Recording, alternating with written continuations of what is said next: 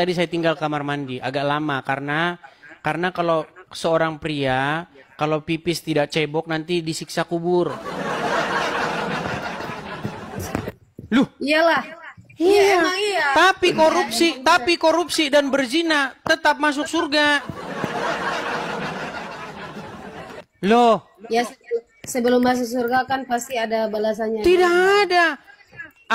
Ini Ari Wibowo Pipit ini saksi. Muslim itu ya, asal dia mengucapkan syahadat, mau zina kayak mau mencuri masuk surga. Tapi kalau pipis tidak cebok, disiksa kubur. Betul apa betul? Betul, itu betul. Ima, kamu tahu nggak? Penyebab siksa kubur itu bukan karena seseorang itu berbuat jahat. Kebanyakan siksa kubur karena hanya masalah pipis tidak cebok. Yes.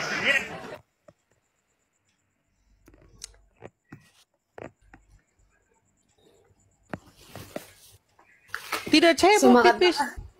Bang Ari semangat banget. No, Semangat, no, Mbak. no, no. Biar orang-orang itu sadar, Mbak. Bener aja, Mbak. Sadar kenapa, Bang? Sadar dengan kebenaran.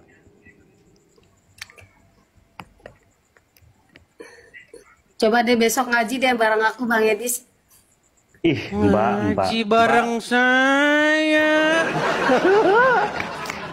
Berat, Dalam saudara-saudara. arti ilmu agama Islam. Harusnya Jadi Anda... emang yang keliru bisa dikelirin gitu, Bang. Iya, seandainya ya, seandainya. Ini seandai-andainya. Kalau kamu mau saya imami, kalau saya seorang muslim, mau si imani, mengimami membaca Quran. Wah, nanti sudah istri saya 13. Wow. Mengikuti contoh Rasul. Nah, kalau Abang sanggup ya nggak masalah. Loh, Kenapa? masalahnya nanti saya jadi seperti Muhammad. Ada istri minta nafkah malah mertuanya malah malah mukul. Nggak ada, Bang. Nabi Loh. Muhammad itu satu-satunya, nggak bisa Muhammad itu disamain. pernah mukul Aisyah, kamu tahu? Mau, tuh udah jadi Fir'aun kan? Mirip banget tau ih. Udah jadi Fir'aun. Aduh. Jadi Mirip begini banget ya. tuh, Bang. Beneran mirip. Jadi sebenarnya Abu Bakar dan Umar itu pernah memukul anaknya karena anaknya minta nafkah sama Nabi. Dapat dari mana lagi tuh? Wah, Dapat dari mana lagi itu? dia tidak percaya teman-teman ya. Perhatikan ya nih. Perhatikan ya. Ini hadisnya saya tunjukkan bagaimana dicekek ya. Ya nih. Lu tidak tahu mereka saudara-saudara nih. Saat istri minta uang belanja lebih begini sikap Rasulullah. Perhatikan. Ya, ini hadis-hadisnya ya. Kemudian diartikan ya. Sebentar. Oh, ini hadisnya di bawah sini ya nih. Abu Bakar. Oh, saya baca dari atasnya nih. Nih, saya baca dari sini. Nih. Nah, dikutip dari buku 115 kisah menakjubkan dalam kehidupan Rasulullah oleh Fuad Abdurrahman dalam suatu kisah, dalam suatu hari istri Rasulullah, semua istri Rasulullah berkumpul dan saling melontarkan keluhan. Ngeluh istri Muhammad. Ya. Kemudian mereka merasa tidak mendapatkan nafkah. Bayangin tuh, ditelantarin istrinya sama Muhammad. Ya. Tidak mendapatkan nafkah dan perhiasan yang layak. Dalam arti lain, mereka meminta nafkah lebih sebagai tambahan uang belanja. Rasulullah yang mendengarkan keluhan ini kemudian memberi dua pilihan, yakni bersabar hidup apa adanya, ya, dengan beliau atau hidup mewah tetapi berpisah dengan beliau. Sebagai seorang kepala rumah tangga yang mencintai para istrinya, Rasulullah merasa gundah atas keluhan ini. sampai beliau menampilkan wajah muram. Tak lama setelah kejadian ini, dua sahabat Rasulullah, yakni Abu Bakar As-Siddiq dan Umar bin Khattab, mendatangi rumah beliau dan mendapati wajah Rasulullah muram. Kedua sahabat yang juga mertua Rasulullah ini akhirnya mengerti bahwa kegaduhan berakar daripada istrinya. Karena saat itu istri Rasulullah setengah berkumpul.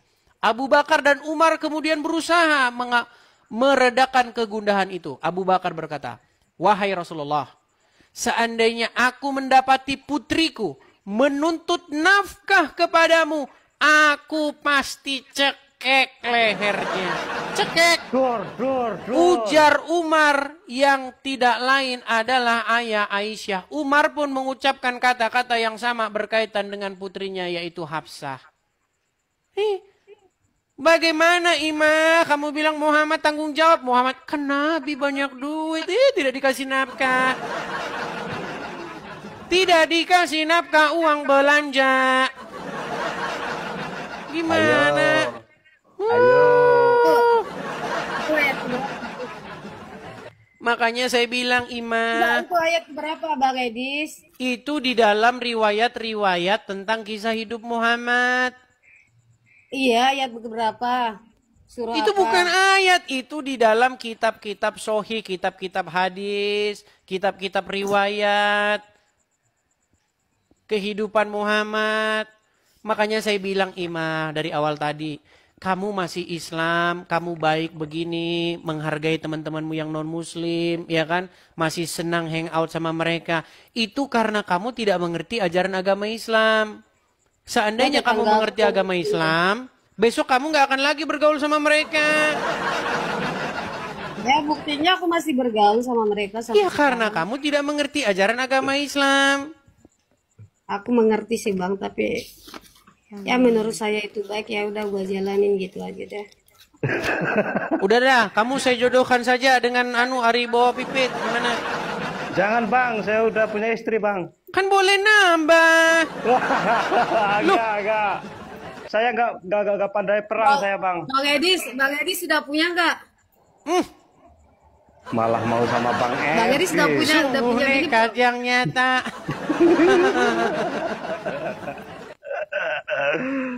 Mbak Imah, mending baik-baik sama Bang Edis, bilang aja. Udah Bang, serius, udah saya punya mau bini belajar gitu. Oke Jangan lah. dibantah Bang Edisnya. Iya, karena Percuma saya nggak bisa dibantah. karena saya Nggak gini Bang Edis. Gini Nggak, aku mau ngomong. Bang Edis mau ngaji sama aku nggak? waduh berat saudara-saudara. Bang Edis mau ngaji sama aku. Sulit saudara-saudara. Aku Saya itu Ima ngajinya sudah lama. Ngajinya saya sudah lama Ima. udah diperdalam lagi. Justru karena saya sudah mengaji dulu gini, saya ceritain ya. Dulu waktu saya belajar pertama agama Islam, saya itu disuruh baca surat Al-Ikhlas. Saya bacanya begini. Qul huwallahu ahad, Allahu somad. Dimarah saya. Dimarah. Bacanya bukan begitu. Coba Bang artinya Bang. Bacanya harus Coba begini. artinya. Qul huwallahu ahad, Allahu samad. Lam yalid wa lam yulad wa lam yakul lahu kufuwan ahad. Harus bacanya begitu. Dalam hati saya, waduh, saya dibikin jadi orang Arab nih. Jadi nggak perlu lagi Bang Edis ngaji sama Mbak Imah ya. Padahal begini Imah. Itu kan padahal itu kan ada tajwidnya Bang Edis. Betul. Itu ngaji itu juga ada tajwidnya. Betul. Nah, bisa ketika ngasal gitu Bang. Oke. Salah huruf aja salah arti. Ini kayaknya ada yang ada yang bikin lemot. Mungkin Bang Ari. Apa itu? Iya kayaknya Bang. Iya, Bang Ari bikin jadi ikutan lemot. Oke. Oke, saya turunkan bentar ya. Nanti Terima kasih coba. Bang Edis. Oke, sama-sama Bang Ari, saya turunkan ya. Gini, Ima. Waktu saya dulu belajar ngaji, kan seperti itu. Tajwidnya, qalqalanya, ya kan, bacaannya, nahuso bagaimana lantunannya itu harus persis, ya kan, pakai tartil begitu kan. Saya bilang begini. Kol-kolahnya. Kol-kolanya. Ahad. Bukan ahad, tapi ahad. Ada dahnya begitu kan? Nah, terus saya Iya, bilang emang begini. bener, Bang. Gini, tapi saya nggak ngomong sama dia. Di hati saya bilang gini. Gue baca Quran mau cari maknanya, bukan mau bikin jadi orang Arab.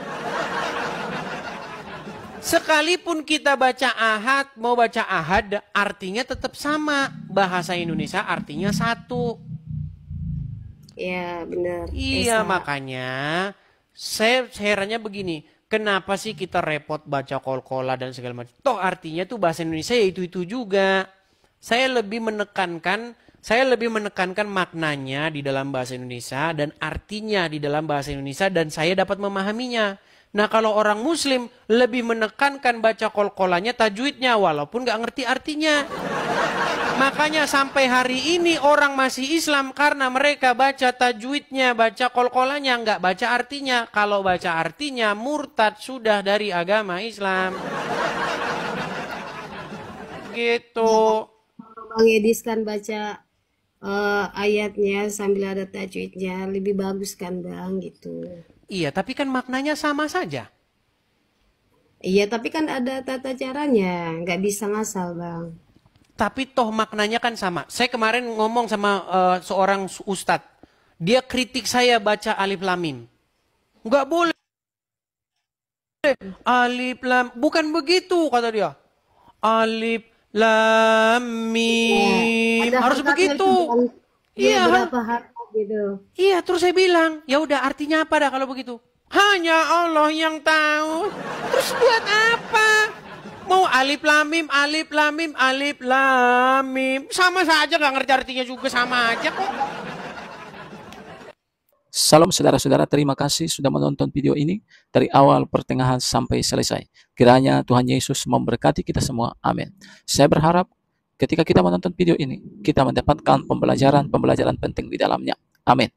Saudara, kita bersyukur sebagai orang-orang Kristen bahwa kita ditekankan bukan hanya tahu bagaimana cara membaca, tetapi ditekankan agar kita mengerti akan kitab suci, akan apa yang dimaksud Allah terhadap ayat-ayat firman yang ada di dalam Alkitab.